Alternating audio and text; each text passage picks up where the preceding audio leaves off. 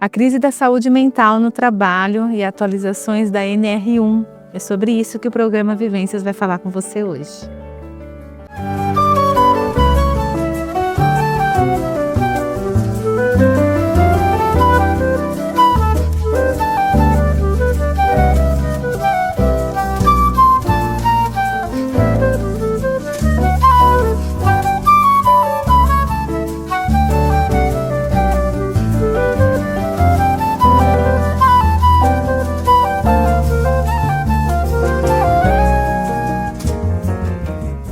Oi pessoal, tudo bem com vocês? Mais um episódio do programa Vivências aqui na sua TV Canal 4 Marília. Seja muito bem-vindo a esse momento onde nós conversamos sobre saúde mental, relacionamentos, comportamento, desenvolvimento, enfim, tudo relacionado à nossa saúde mental aqui no seu espaço terapêutico da TV Canal 4 Marília, semanalmente. Toda terça-feira, às 20 horas, a gente tem um bate-papo aqui super especial e com informações relevantes e atuais para a gente discutir, para a gente pensar. Pensando em informações e assuntos relevantes e atuais, eu quero conversar um pouquinho com você e trazer alguns dados para você sobre a atualização da NR1 e sobre a crise da saúde mental no trabalho, né? Eles estão intitulando dessa forma, porque nós temos dados alarmantes para dividir com vocês sobre a saúde mental do trabalhador. Bom, o que é NR1? NR1 são normas reguladoras, então são normas normativas, protocolos que são estudados e são colocados ali para direcionar alguns comportamentos e atitudes dentro de um universo. E nós temos a norma reguladora do trabalho, várias normas, né, dentro da saúde, dentro das empresas, enfim, que o Ministério do Trabalho, ele estuda e coloca para as empresas. Aí as empresas elas precisam colocar isso em prática, precisam implementar isso dentro das suas organizações. E nós temos algumas normas regulamentadoras, né, de vários comportamentos dentro do ambiente de trabalho.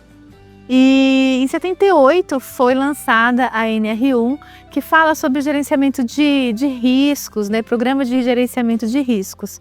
Então pensa, se você trabalha numa indústria, você tem todo o EPI que você precisa utilizar para trabalhar na indústria, né? Você tem às vezes você tem uma bota que não passa energia, se você trabalha com eletricidade, máscara, capacete e todas esses EPIs mesmo, né, esses equipamentos de proteção individual que os colaboradores precisam utilizar para a sua segurança, por conta dos riscos, né? Tem normas reguladoras também para questões ergonômicas, né? Então, uma cadeira especial se a pessoa ela trabalha sentada, né? A altura ali da mesa e tudo mais, para evitar algumas luxações na coluna e tudo mais. Normas que regulam, então, a saúde do trabalhador.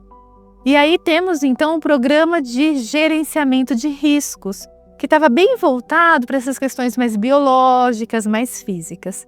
E que se você trabalha em alguma área nesse sentido, você já foi cobrado aí de usar EPI, né? Então, para minimizar os seus riscos no trabalho, para evitar acidentes de trabalho e tudo mais.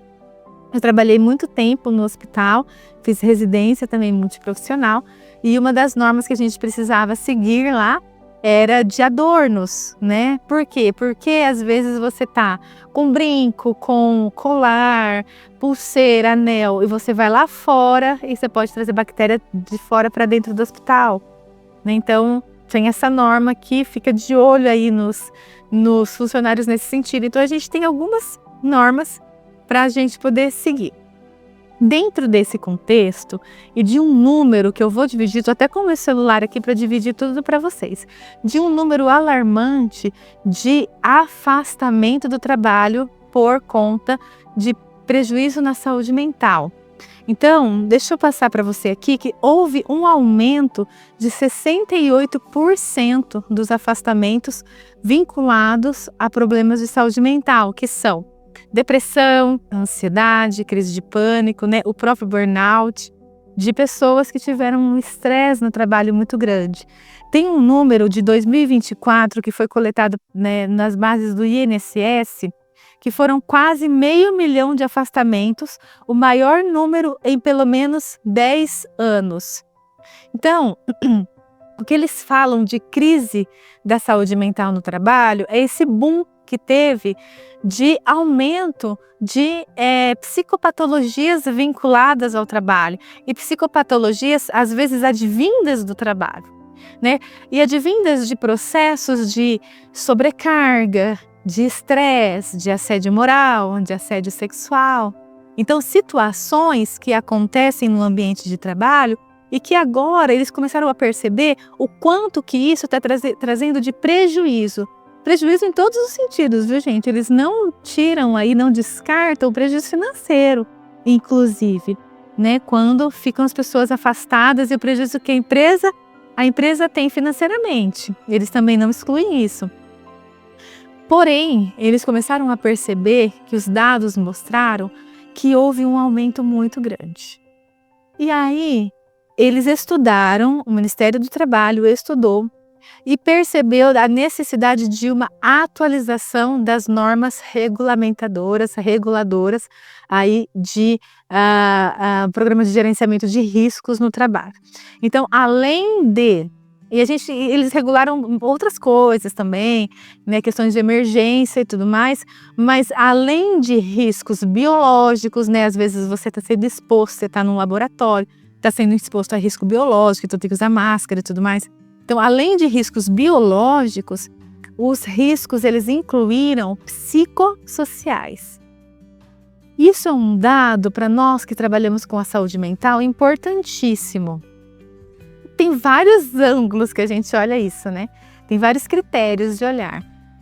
Um dos critérios é assim, até que enfim, né? Olharam para os riscos psicossociais, olharam para esses números, quantas pessoas precisaram ser afastadas, quantas pessoas sofreram até que isso viesse a acontecer, né?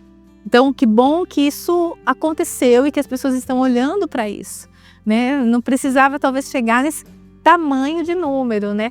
Quase aí, como eu disse para vocês, quase 500 mil de afastamentos por estresse e por problemas psicossociais no trabalho.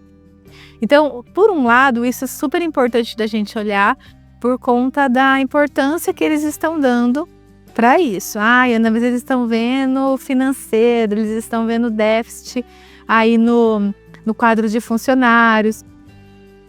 Enfim, podem até ser que estejam vendo dessa forma. Entretanto, vamos levantar uma bandeira para riscos psicossociais, né? Vamos olhar para isso, porque a síndrome de burnout está aí. Se você olhar aqui e procurar, tanto nas minhas redes sociais quanto nas redes sociais do programa, da TV, do programa Vivências, você vai ver que a gente falou sobre síndrome de burnout aqui. E o quanto que essa síndrome, ela vem crescendo no ambiente de trabalho, torna-se uma doença ocupacional e torna-se também uma causa de afastamento do trabalho. Ela vem com presenças de sintomas de depressão e de ansiedade. O quanto que a depressão também tem afastado as pessoas do trabalho. O quanto que a ansiedade, a cobrança, a sobrecarga, né, a luta, a busca assim, incessante por resultados, a comparação, a competitividade tem entrado nesse ambiente. Então isso é extremamente importante da gente entender. Ela foi atualizada, essa norma regulamentadora, e ela vai precisar entrar em vigor a partir de maio agora de 2025. Então as empresas elas vão precisar adotar medidas, né, para incluir e implementar esse programa de gerenciamento de riscos psicossociais. Rodas de conversa, um olhar one-on-one, enfim, cada empresa vai precisar adotar aí as suas medidas. Também dentro dessa norma, está sugerindo também que tenha um canal de denúncia anônimo, né? Porque imagina, se você está numa empresa e recebe um assédio moral, um assédio sexual ali, você não sabe muito bem o que fazer. Então você tem ter dentro da empresa um canal que você pode denunciar isso de uma forma anônima, que você não tenha aí os riscos aí do seu trabalho estar em risco aí, né? Então, isso também está na norma. Está na norma também uma capacitação dos próprios colaboradores se olharem também e servirem como apoios e meios para evitar esse tipo de estresse, de sobrecarga, de assédio e tudo mais. Então, quando a gente olha para esse universo, a gente olha para uma atenção à saúde psicossocial, enfim, à saúde do trabalhador. E o quanto que isso está crescente aqui no nosso país, né? Antes da atualização da NR1, somente os riscos físicos, químicos e biológicos ergonômicos estavam sendo protegidos ou então regulamentados. Então agora entra os riscos psicossociais.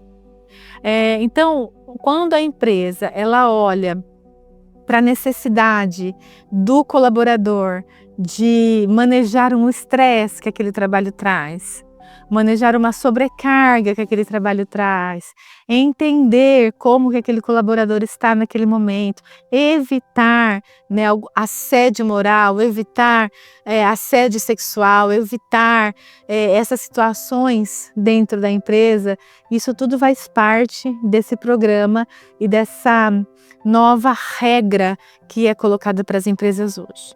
Quando a gente fala de saúde psicossocial, nós estamos falando em 3 esferas. Nós estamos falando na esfera individual, na esfera institucional e na esfera pública.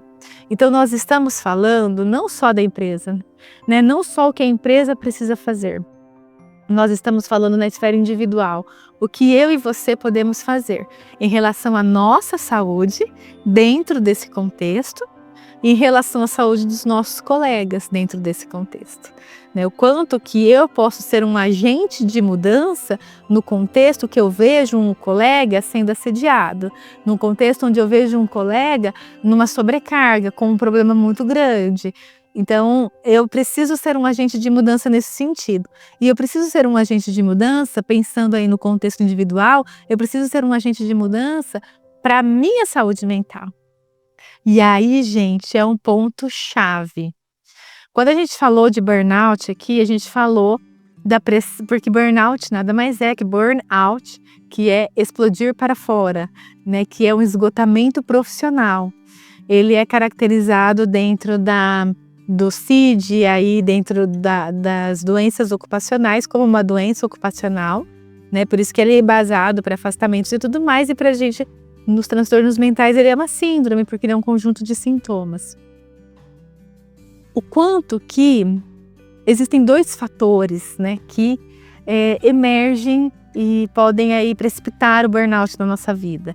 Fatores externos, e aí a gente olha para a empresa, a gente olha para as demandas, a gente olha para a sobrecarga, e fatores internos, que a gente olha para crenças de desvalor, crenças de incapacidade, comparação injusta, distorções cognitivas, né, essa vulnerabilidade emocional que muitos de nós apresentamos, principalmente no mundo extremamente competitivo que a gente está hoje. Então, quando a gente fala sobre saúde psicossocial no trabalho, a gente precisa olhar para os 3 âmbitos. Então, vamos olhar para o âmbito individual? O âmbito individual sou eu e você olharmos para nós dentro desse contexto. O quanto que eu e você, nós estamos envolvidos numa retroalimentação de uma competitividade fora do comum. O quanto que nós estamos imersos a querer fazer e a querer mostrar para nós e para os outros um nível de excelência inatingível. De onde vem uma crença de desvalor e de incapacidade desse tanto que a gente quer provar para as pessoas. Então precisa haver uma reflexão da nossa prática. Nós precisamos refletir sobre a nossa prática.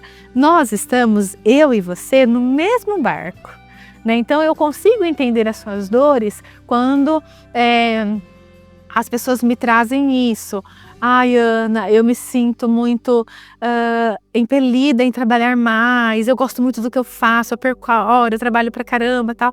Eu percebo isso porque isso faz pouco parte ali da minha história, mas o quanto que isso em alguns momentos pode ser prejudicial, porque aí a gente faz parte de um movimento retroalimentativo de extremo cansaço, extrema sobrecarga. Então, olhando para a saúde psicossocial individualmente, a gente precisa olhar para isso. Olhando para a saúde psicossocial institucionalmente, né, dentro do tripé individual, institucional e público, institucionalmente, se eu tenho uma empresa, se você é dono de uma empresa, se você tem colaboradores junto com você, é sua responsabilidade olhar para a saúde do colaborador também. É sua responsabilidade entender o quanto que existe uma relação de poder aí dentro da sua empresa. O quanto que esse trabalhador, às vezes ele cede a algumas sobrecargas e alguns estresses por conta de uma relação de poder implícita ou explícita às vezes. Então é muito prejudicial o que fazem com colaboradores dentro desse âmbito. E é responsabilidade da instituição e dos empregadores olharem para isso. Por isso que a NR1 atualizada, ela vem olhar para essa situação. Porque muitas vezes é responsabilidade do colaborador, né? Tá sobrecarregado porque quer, porque não fez gestão do tempo.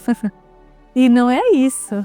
Muitas vezes um olhar que nós ofertamos para a pessoa, um tom de voz que nós ofertamos para a pessoa, isso já caminha ali numa relação de poder. Então a gente precisa olhar para isso porque nós vivemos em sociedade e nós precisamos cuidar uns dos outros, principalmente neste âmbito, né, onde existe essa troca, né? No ambiente de trabalho existe uma troca, gente, e a gente precisa olhar para isso. E essa relação ela precisa ser a mais horizontalizada possível para que exista saúde e equilíbrio emocional. Então falamos da responsabilidade individual, da responsabilidade institucional e da responsabilidade pública, que são essas normas que precisam ser cada vez mais atualizadas, olhadas, né? Precisa ser cobrado isso das instituições e das próprias pessoas, precisa ser olhado para isso de uma forma de saúde pública, precisamos de programas de saúde pública nesse sentido, precisamos olhar para o adoecimento no trabalho como um problema de saúde pública onde o governo ele se envolva nessa situação, ele se envolva de forma preventiva e de forma também de cobrar as consequências disso. Isso é uma das propostas da atualização da NR1, de você colocar normas que regulem essas situações e essas possibilidades dentro da empresa de promoção e prevenção da saúde mental do trabalhador, e também, se isso não for colocado em prática, existe uma consequência, né? Existe uma auditoria para tudo isso. Eu me lembro muito no hospital que a gente era muito cobrado, né, em relação a isso por conta de infecção hospitalar, né, gente? Quantas vezes você já ouviu falar sobre isso? A gente pegou infecção no hospital. Quantas vezes a gente era cobrado de lavar as mãos? Né? Tem vários lavatórios no hospital todo e vamos lavar a mão e a gente participava de eventos de ensinar como lavar as mãos, né? Para nós evitarmos, para diminuirmos riscos para nós e para os outros. Então, dentro do ambiente de trabalho existem essas normas e por isso que agora abriu-se para os riscos psicossociais. Então, o que eu tenho percebido pessoalmente que tem acontecido? Mais rodas de conversa, nós temos aí a CIPA, que promovem rodas de conversa, promovem rodas de conscientização. Eu acho que a gente pode ir mais além, olhar para a carga horária, né? Olhar para a atividade, olhar para feedbacks, olhar para desenvolvimento individual, né? Programas de desenvolvimento individual, olhar para isso, né? Dar voz para o colaborador dentro da empresa, entender em que momento que ele está, dar um pouco dessa liberdade de autonomia dele falar o que ele acha mesmo, sabe? Do que está acontecendo mesmo. Porque como existe uma relação de poder, é muito difícil para o colaborador colocar ali de fato que está acontecendo. Por isso que também uma das propostas e sugestões dessa atualização é desse canal de denúncia de uma forma anônima. Então tudo isso vem para olhar para a nossa saúde emocional. Então, dentro do âmbito da saúde pública, né, dentro do âmbito do público, a gente precisa desse olhar também dos nossos governantes, dos nossos órgãos reguladores, para olhar tanto para o colaborador quanto para as empresas que começam também a gerir essa vida no trabalho. Precisamos olhar para o individual, para o institucional e para o público. O que cabe a nós? Vamos lá? O que cabe a mim e a você? Vamos olhar para o nosso individual? O quanto que você trabalha? Por que que você faz o que você faz? Por que que você se submete ao que você faz? O quanto de crenças de insuficiência tem aí nos seus comportamentos? O quanto de crença de desvalor tem nos seus comportamentos? O quanto que a influência do seu desenvolvimento, né, a sua vida mesmo, né, desde pequenininho, o que você ouviu dos seus pais, a maneira que o mundo foi apresentado para você, o quanto que isso influencia seus comportamentos no trabalho hoje? O quanto que você replica e reproduz desses comportamentos. Então, é extremamente importante fazermos essas análises e essas reflexões, tanto da nossa vida pessoal quanto da nossa prática. A NR1 ela vem para olhar para isso, nós precisamos olhar para isso, porque, gente, 500 mil, deixa eu só confirmar isso, né, para não passar errado para vocês, mas quase 500 mil de afastamentos, o maior número em pelo menos 10 anos no ano passado, é muita coisa, né? É muita gente em sofrimento, é muita gente precisando de ajuda e um sofrimento que ele vai se retroalimentando e que ele vai se replicando. Nós precisamos fazer com que a nossa vida valha a pena, com que a nossa vida tenha uma vida que faça sentido, uma vida abundante. Se existe algo que a gente tem que nessa vida, é ter uma vida que vale a pena. Não é sobreviver, é viver a cada dia. É claro que existem dias mais tranquilos, dias mais difíceis, dias mais tristes, dias mais felizes. Entretanto, a gente precisa desse equilíbrio. Então, minha proposta é de que com essa notícia, né, e todo esse burburinho que está tendo aí da NR1, que você reveja também a sua vida no trabalho.